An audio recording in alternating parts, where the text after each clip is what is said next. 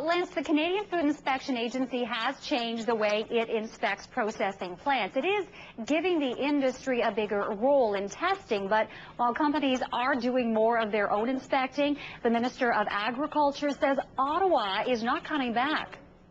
There is no valid argument that there's been any cuts whatsoever to the Canadian Food Inspection Agency. If you go back to budget 2008, there's actually $113 million, new dollars, that were implemented for the food and product safety regime that we're working on. There have been some 200 inspectors added to the lines at CFIA over the past 2 years of this government, and we have another 58 that we brought on board before the end of this fiscal year. Now, the federal government is responsible for inspecting large companies and ones that export meat outside of the province or the country. Now, Herb Ritz, the federal agriculture minister, was responding to claims inspectors have too much paperwork to do and aren't spending enough time actually inspecting.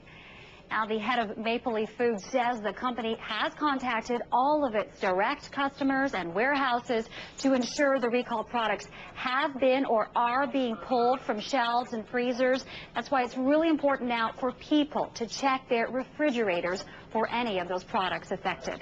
Reporting for A News, I'm Julia Burke. Thank you, Julia. Stephen Harper needs the Governor General to trigger an election. That's why he's asked her to cancel a planned trip overseas. As Bridget Brown reports, that's the latest sign that we should be ready for a campaign. Bridget?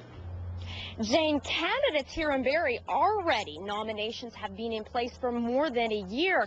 As for voters, well, that's a bit of a different story. The people who I spoke with today are still in summer holiday mode. Signs point to a fall election, or at least they will once they're printed.